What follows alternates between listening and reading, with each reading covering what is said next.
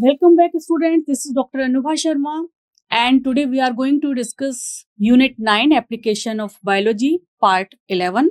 So let's begin. Yes. So first of all, our question is, what is disease? Disease होती क्या है? ठीक है, तो उसके बारे में सबसे पहले बात करेंगे, क्योंकि इस पर्टिकुलर पार्ट 11 में हम लोग डिस्कस करने वाले हैं communicable and non communicable diseases. तो कम्युनिकेबल नॉन कम्युनिकेबल पर जाएं उससे पहले हमें ये पता होना चाहिए कि ये जो डिजीज टर्म है ये क्या है। सो डिजीज क्या होता है? It is a condition that interfere with the proper functioning of a body and a mind.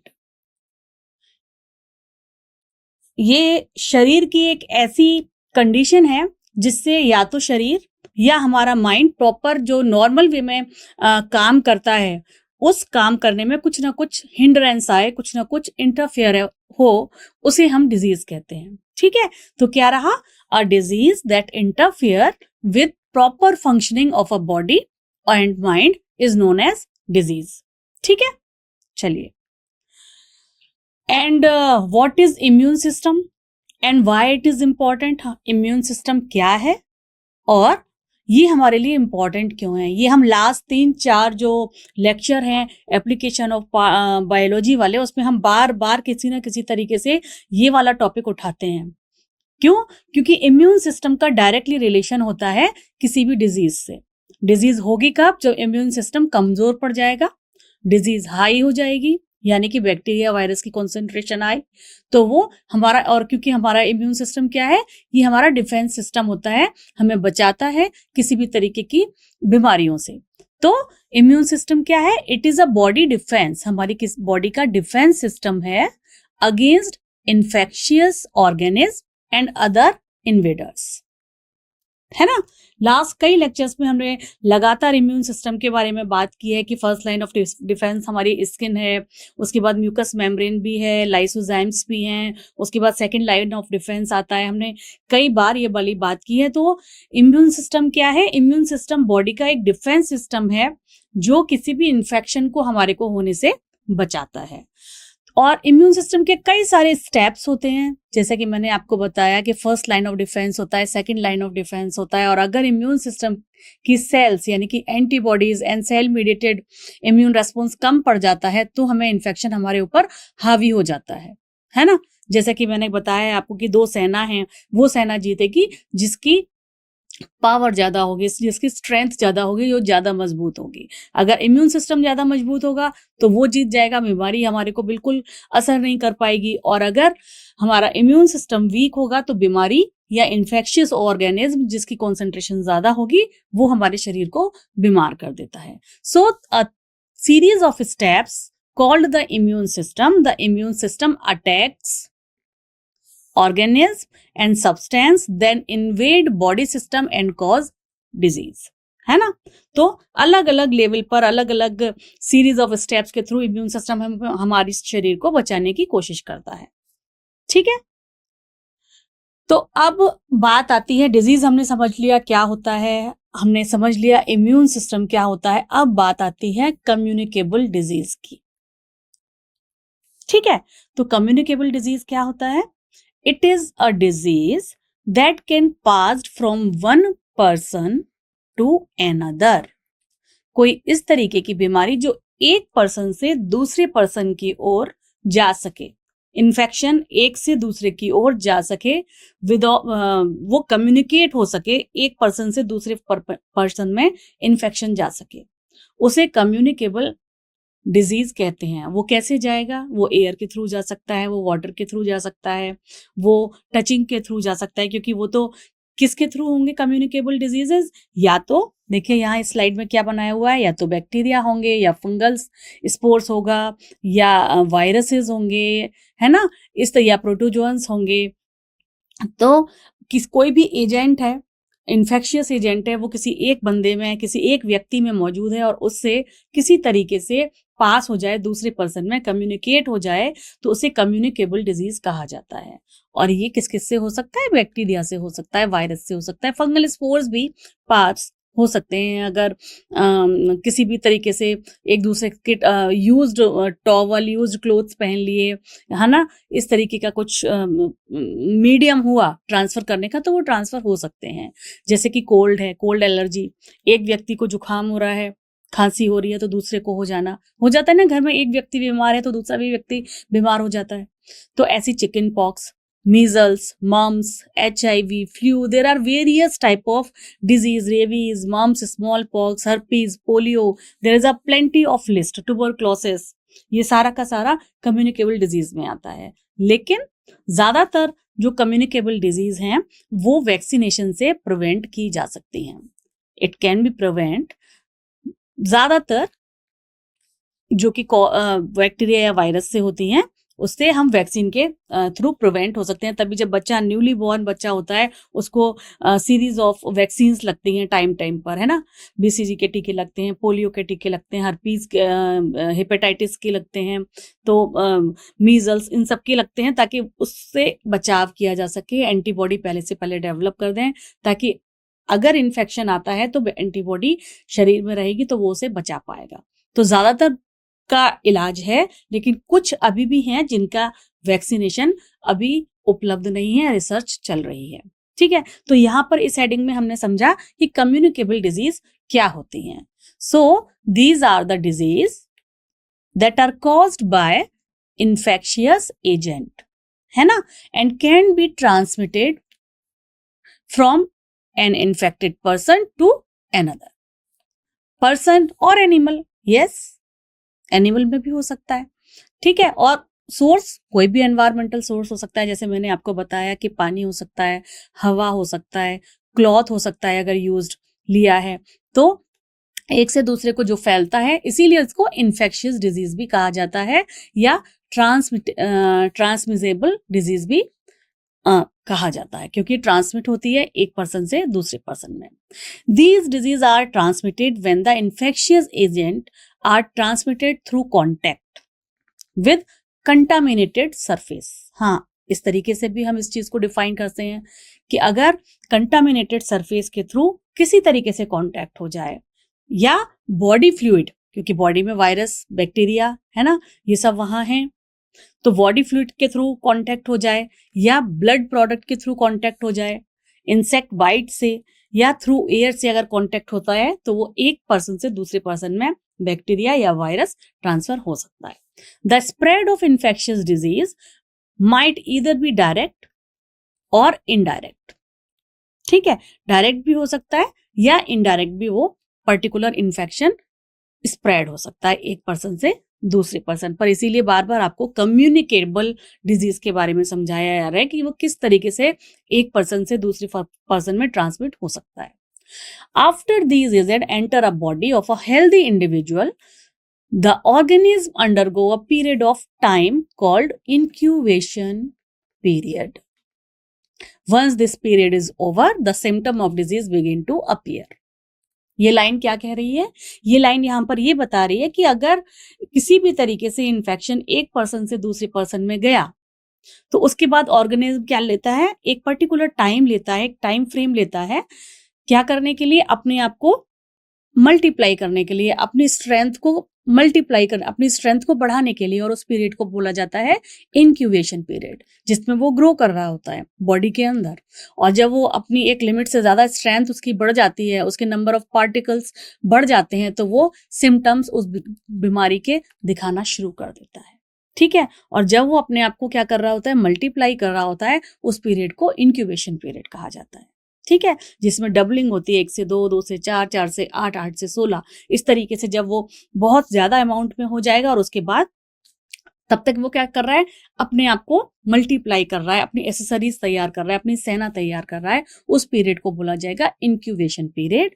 Once this period is over, the symptom of a disease begin to appear। उस बीमारी के सिम्टम्स दिखना शुरू हो जाते हैं। In most cases, the immune system of a body tend to destroy infectious agent।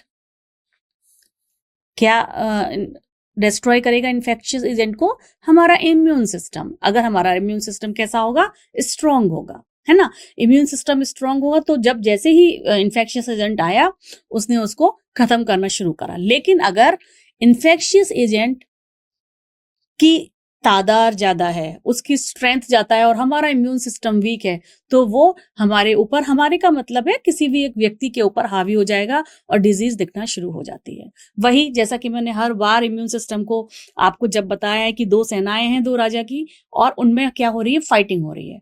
कौन जीतेगा? जिसकी स्ट्रेंथ ज्यादा होगी, जिसकी पावर ज्यादा होगी। तो यहां पर भी वही होगा, the disease appear when the organism escape the immune system. अगर ऑर्गेनिज्म इम्यून सिस्टम को एस्केप कर पाया, उसकी पावर ज्यादा हुई, तो इम्यून सिस्टम को एस्केप करके वो डिजीज को दिखाना शुरू कर देता है। Communicable disease might be seasonal. हाँ यस, ये सीजनल भी हो सकते हैं कम्युनिकेबल डिजीज, जैसे कि बहुत अच्छा एग्जांपल होता है मलेरिया का, डेंगू का, क्योंकि ये कब होते हैं? जब बारिश ज्यादा होती है। बारिश ज्यादा होती है, जगह जगह पानी इकट्ठा होता है और पानी में मच्छर क्या करते हैं? अपने अंडे देते हैं। और फिर जब मच्छर, क्योंकि वो सीजनल है, जब क्योंकि पानी उनको चाहिए, रिक्वायर्ड है अंडे देने के लिए, और उनकी तादाद एकदम से बढ़ जाएगी, तो इसीलिए यहाँ पर बताया है कि कम्युनिकेबल डिजीज जो है वो सीजनल भी हो सकती हैं, where certain disease occur at a certain time of a period, just like malaria which occur during the breeding season of female mosquito, और वो होता है बारिश का सीजन। ठीक है, चलिए, आई होप ये इतनी बात आपको समझ में आ गई है। अब बात आती है नॉन कम्युनिकेबल डिजीज की। नॉन कम्युनिकेबल डिजीज, कम्युनिकेबल का मतलब हुआ था एक से दूसरे को फैलने वाली बीमारी, है ना। अब यहां पर बात हो रही है नॉन कम्युनिकेबल, जिसमें एक पर्सन से दूसरे पर्सन पर बीमारी फैलेगी नहीं। ठीक है, ये जो होंगी वो improper life style, improper eating habits, या जेनेटिकली एक पर्सन से दूसरे पर्सन पे ट्रांसफर हो सकती है। किसी की जेनेटिक हिस्ट्री है, यानी पेरेंट्स पर है, तो जेनेटिकली पेरेंट्स से ऑफस्प्रिंग में आ गई, है ना। जैसे कि कुछ बीमारियां होती हैं, जैसे डायबिटीज है, ब्लड प्रेशर है, तो ये किस लिए होती हैं? ये इम्प्रॉपर लाइफ स्टाइल की वजह से होती हैं, या गलत खान पान की वजह से होती हैं, या फिर अगर उनके पेरेंट्स को है तो प्रोबेबिलिटी बढ़ जाती है कि उनके अगर किसी के पेरेंट्स को है डायबिटीज, तो भाई जो भी बच्चा है उसकी प्रोबेबिलिटी बढ़ जाती है कि उसको भी डायबिटीज या हाइपरटेंशन इस तरीके की बीमारी हो जाए। तो कौन कौन सी है नॉन कम्युनिकेबल डिजीज? जिसमें हार्ट रिलेटेड जो बीमारियां हैं, जैसे मैंने ब्लड प्रेशर आपको बताया, cardiovascular disease, diabetes, chronic respiratory disease, है ना, सर्टेन काइंड ऑफ कैंसर, ये नॉन कम्युनिकेबल डिजीज में आते हैं।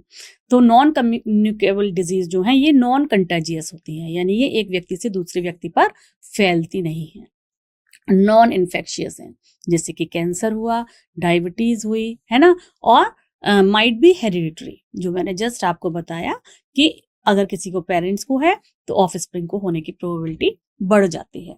However, maintaining a proper healthy eating habits, है ना, and life style, regular checkups are essential to prevent this type of disease. अगर पता है हमारी फैमिली हिस्ट्री है और कोई व्यक्ति अपने लाइफ स्टाइल को मेंटेन करे, अपने खान पान को मेंटेन करे, रेगुलर चेकअप्स कराए, तो वो इन सारी बीमारियों से बच सकता है, या बहुत अर्ली स्टेज में डिटेक्ट हो सकती है, तो काफी ज्यादा हानि ना हो शरीर को, उससे पहले ही पता चल सकती है। ठीक है, तो maintaining a proper and healthy eating habits and lifestyle with regular checkups are essential preventive measures against non-communicable disease। ठीक है, तो अभी तक हमने क्या समझा? हमने समझा डिजीज क्या है, फिर हमने समझा कम्युनिकेबल डिजीज क्या है, फिर हमने देखा नॉन कम्युनिकेबल डिजीज क्या है। कम्युनिकेबल डिजीज हैं जो बैक्टीरिया, वायरस, फंगस से फैलती हैं एक व्यक्ति के दूसरे व्यक्ति को, जिनकी वैक्सीन्स भी बहुत सारी उपलब्ध हैं, कई सारियों के लिए, कईयों के लिए नहीं है, अंडर रिसर्च है। लेकिन नॉन कम्युनिकेबल डिजीज हैं जो फैलती नहीं है एक दूसरे से, लेकिन हाँ अगर किसी की फैमिली हिस्ट्री है तो हो सकता है, या गलत खान पान है या गलत लाइफ स्टाइल है, तो उसकी वजह से किसी व्यक्ति को हो सकती है। चलिए, तो अब कम्युनिकेबल डिजीज में जो अगला टॉपिक है वो जो आपके सिलेबस में है, that is sexually transmitted disease या सेक्सुअली ट्रांसमिटेड इन्फेक्शन, उसके बारे में देखते हैं, जिसे एसटीडी या एसटीआई भी कहा जाता है। Sexually, as for sexually transmitted disease. So every year there are approximately 20 million new STD या STI infection, almost half of them among young age 15 to 24 years। देख रहे हैं कितने यंग स्टेज में sexually transmitted disease because of lack of awareness लोगों में हर साल फैलती है। और ये जो एसटीडी है it can have serious health consequences, इसमें बहुत तेजी से हेल्थ में गिरावट आती है, बहुत तेजी से हेल्थ बिगड़ती है, खराब होती जाती है, जिसमें स्टेरिलिटी भी आ सकती है, इनफर्टिलिटी एंड इवन डेथ भी हो सकती है।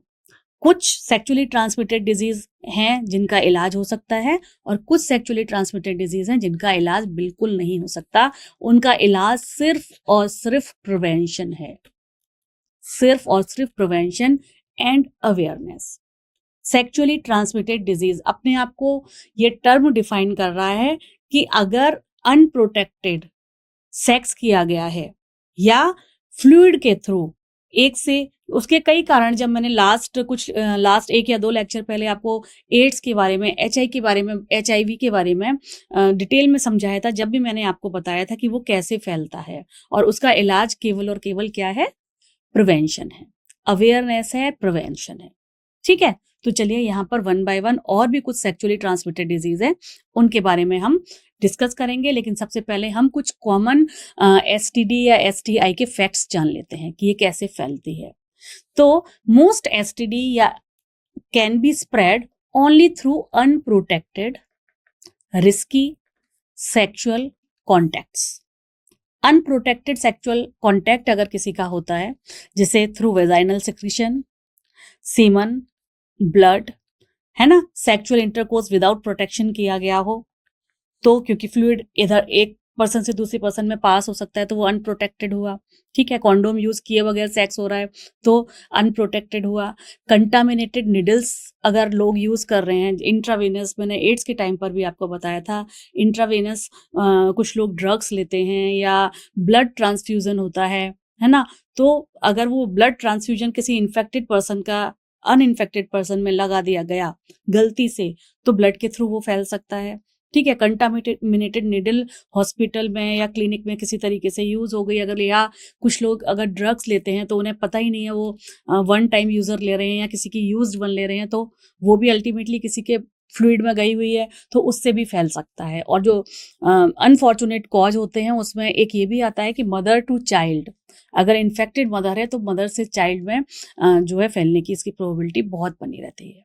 ठीक है, तो ये कैसे स्प्रेड होगा, unprotected risky sexual behaviour through semen, through blood, through fluid and through contaminated needle and mother to child. ये इन्फेक्शन के कॉजेज हैं, इन्फेक्शन के होने की प्रोबेबिलिटी कैसे होती है वो यहाँ बताया गया है। Someone who has an STD may have not the symptom और symptom may come and go. अगर किसी के अंदर सेक्सुअली ट्रांसमिटेड डिजीज है, हो सकता है उसको कई सालों तक कोई सिम्टम ना दिखाई दें या सिम्टम आ रहे हैं जा रहे हैं, इस तरीके की स्थिति हो। ठीक है, और ये भी है कि अगर किसी के अंदर सेक्सुअली ट्रांसमिटेड डिजीज है तो इसका मतलब ये नहीं है कि आपने हुई और ठीक हो गई तो दोबारा फ्यूचर में नहीं हो सकती, फ्यूचर में भी हो सकती है। It doesn't make your immune to it in the future, दोबारा भी हो सकती है। ठीक है, most STD do not have vaccine. इस ज्यादातर सेक्सुअली ट्रांसमिटेड डिजीज के लिए कोई वैक्सीन नहीं है इसको प्रिवेंट करने के लिए। इट कैन, मैंने यहाँ पर बोल्ड में आपको बार बार बता रही हूँ कि sexually transmitted disease can be prevented by just avoiding unprotected risky sexual behavior. So ये अवेयरनेस बहुत ज्यादा जरूरी है। अगर अनप्रोटेक्टेड रिस्की सेक्सुअल बिहेवियर के लिए अवेयरनेस रहेगी तो इस तरीके की जो बीमारियां हैं, देयर इज अ लिस्ट, उनसे व्यक्ति बच सकता है। तो सबसे पहले जो यहाँ लिस्ट में हम वो देखेंगे, ये ऑल्दो लास्ट लेक्चर में देख चुके हैं लेकिन एक बार फिर से यहाँ पर थोड़ा ब्रॉडली डिस्कस कर लेते हैं। ह्यूमन इम्यूनोडेफिशिएंसी वायरस या HIV, AIDS, acquired immunodeficiency syndrome. ठीक है, सिंड्रोम यानी कलेक्टिवली कई सारे सिम्टम्स का आना। तो ये क्या है, it is a chronic potential life threatening condition that is caused by human immunodeficiency virus, जो कि क्या होता है, रिट्रोवायरस होता है, एक RNA वायरस होता है, उसकी वजह से ये डिजीज होती है। ठीक है, HIV is sexually transmitted infection that weaken the immune system. HIV क्या है? ये एक सेक्सुअली ट्रांसमिटेड इन्फेक्शन है जो हमारे इम्यून सिस्टम को वीक करता है। अगर इसको ट्रीट ना किया जाए इनिशियली तो ये जो है एड्स में कन्वर्ट हो जाता है।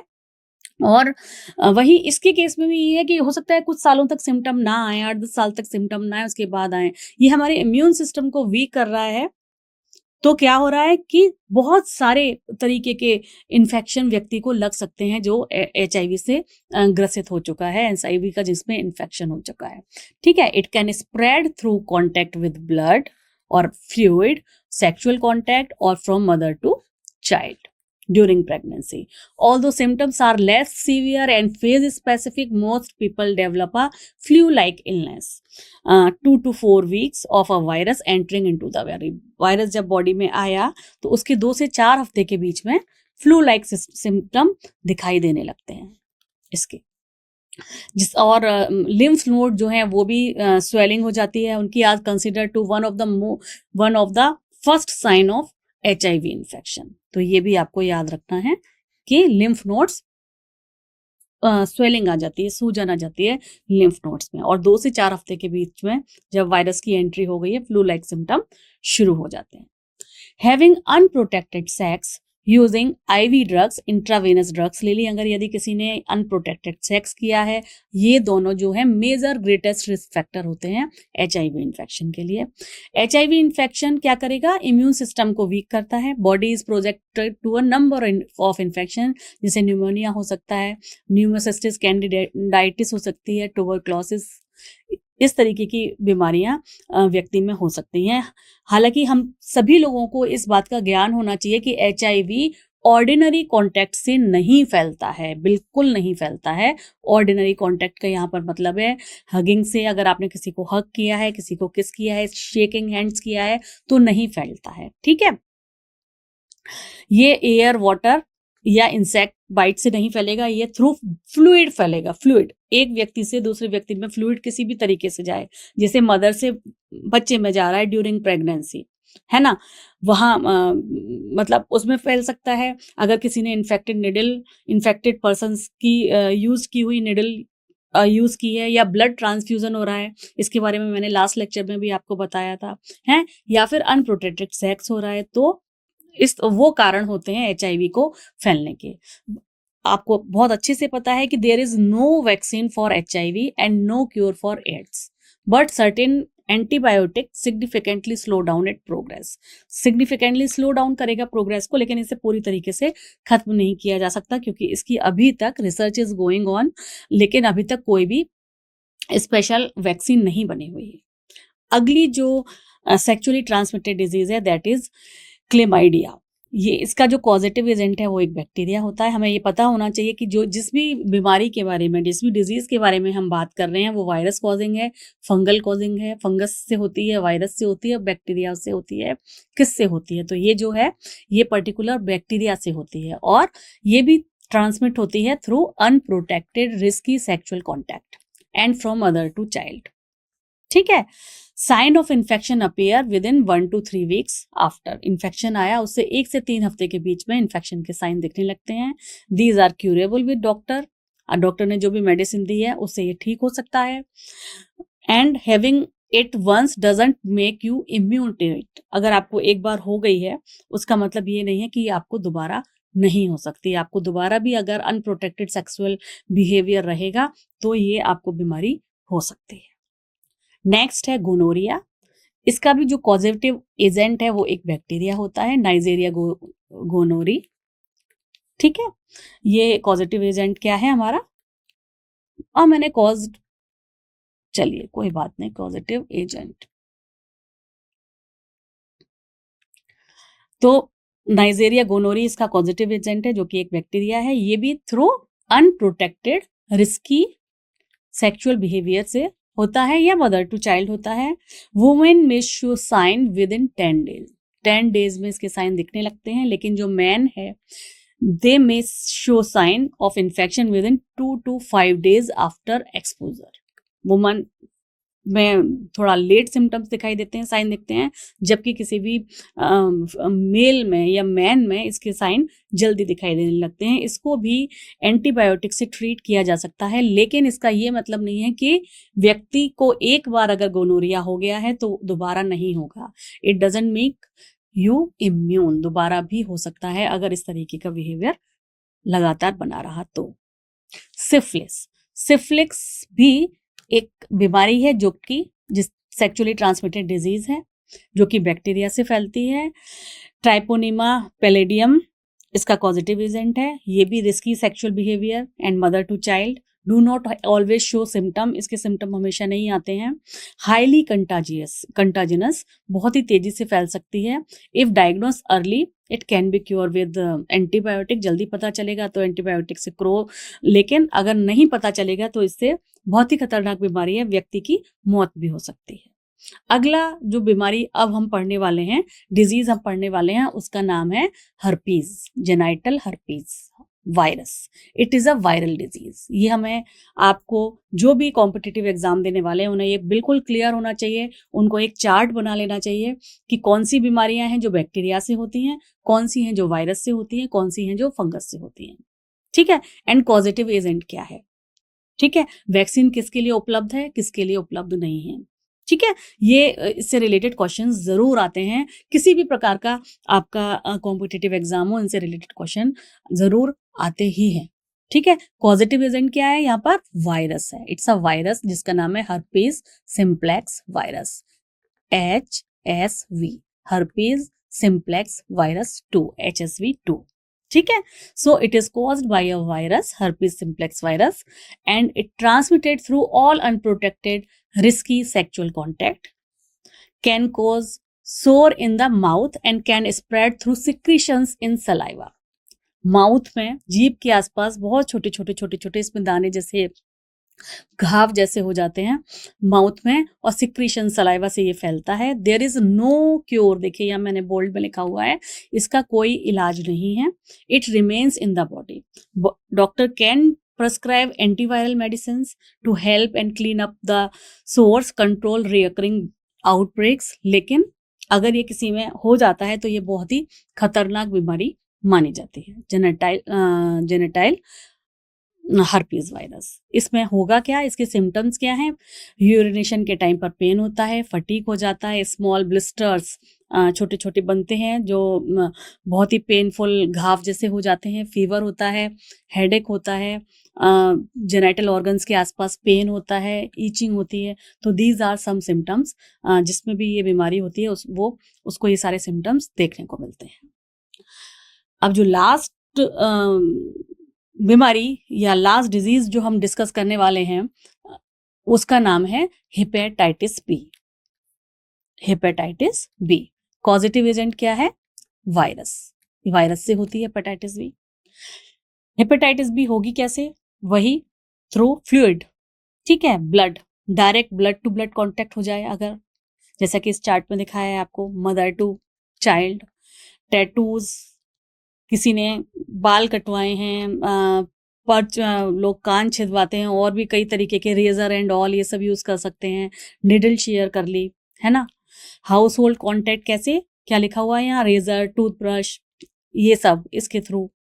और अनस्टरलाइज्ड हेल्थ केयर इंजेक्शंस या जो ब्लड ट्रांसफ्यूजन बिना उसके देख के हो गया, यानी फ्लूइड एक अननोइंगली फ्लूइड अगर किसी इन्फेक्टेड उसका जाता है किसी बंदे में तो उसके थ्रू फैल सकता है, एंड अनप्रोटेक्टेड सेक्स के थ्रू भी फैल सकता है, direct contact with sexual fluid also, ठीक है। सो सेक्सुअली भी ट्रांसमिटेड होता है और बाकी ब्लड के थ्रू भी होता है, फ्लूइड के थ्रू भी होता है। ये हेपेटिक टिश्यू बोला जाता है, आपको पता है हेपेटिक टिश्यू, हेपेटिक जो वर्ड है वो लिवर के लिए यूज होता है। तो हेपेटाइटिस बी जो है ये लिवर से रिलेटेड डिजीज है, ठीक है, और ये किससे होती है, ये वायरस से होती है। इतनी बात याद हो जाएगी। तो हेपेटिक से हमें याद रहेगा कि ये लिवर का है ना, और वायरस से होता है। ये क्या है, डिजीज, लिवर की डिजीज है, and also caused by a long term alcohol use, transmitted through different kind of blood fluid, जो कि मैंने आपको बार बार बताया है, risky sexual behaviour, tattoo needles, IV fluid, mother to child, there is no cure, disease can be treated with medicine, once infected there is a vaccine. यहाँ खुशखबरी ये है कि इसकी वैक्सीन है, हेपेटाइटिस बी की वैक्सीन है, उपलब्ध है। ठीक है, तो इसकी वैक्सीन है, तो इससे बचा जा सकता है। हेपेटाइटिस बी के सिम्टम्स क्या होते हैं? यदि किसी व्यक्ति में हो जाए तो नोजिया फील करेगा, वो वोमिटिंग फील करेगा, उसकी भूख कम हो जाएगी, एब्डोमेन में पेन होगा, जॉइंटिस यानी कि उसकी आंखें, त्वचा वो सारी बहुत ही येलो कलर की दिखने लगती हैं। ठीक है, उसकी जो यूरिन है वो डार्क कलर की दिखने लगती है, थकावट बहुत जल्दी हो जाएगी, वीकनेस हो जाती है, जॉइंट्स में पेन हो जाते हैं। तो दीज आर द सिम्टम्स जो कि उस व्यक्ति में होते हैं जिसे हेपेटाइटिस बी का इन्फेक्शन हुआ है। ठीक है, पर वैक्सीन है तो इसका ध्यान रखना चाहिए कि अगर वैक्सीन है तो इस तरीके की वैक्सीन लगा लेनी चाहिए ताकि इस तरीके के इन्फेक्शन से बचा जा सके। So this is all about the communicable diseases. हमने इस पर्टिकुलर लेक्चर में communicable diseases, non communicable diseases, STD क्या होते हैं, डिफरेंट काइंड ऑफ एसटीडीज, उनके सब बारे में जाना। आई होप आपको ये सारे कंसेप्ट क्लियर हो गए होंगे। Still if you have any query you can write down in the comment box, we will discuss this later. तब तक के लिए खूब खुश रहिए, खूब पढ़िए। Thank you.